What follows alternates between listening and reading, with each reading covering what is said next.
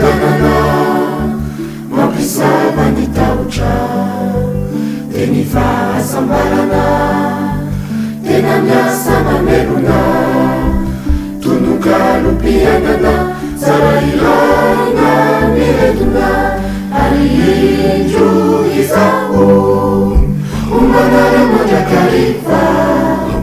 ambarapatonga ny fataperan'izao tontolo izao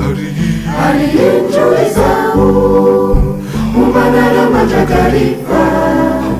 ambarapatonga ny fataperan'izao tontolo izao zanakala itokana de jesosy mpanavotra tonga monjy anafaka ny malota voafatotra rehefa vita ny asany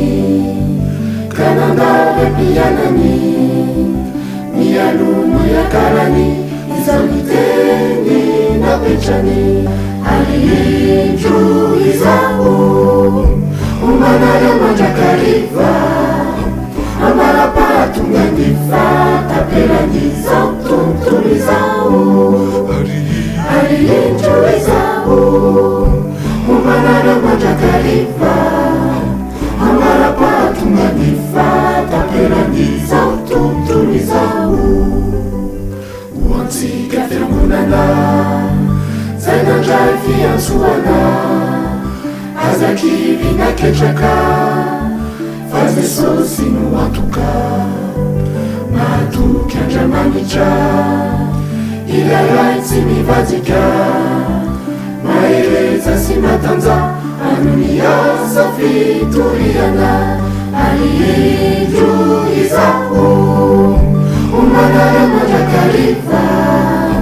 ambarapatonga ny fataperan'izao tontolo izao ary indro izao ombanara mandrakariva ambarapatonga ny fataperan'izao tontolo izao ary indro izao ombanara mandrakariva ambarapatonga ny fataperan'izao tontolo izao ary indro izao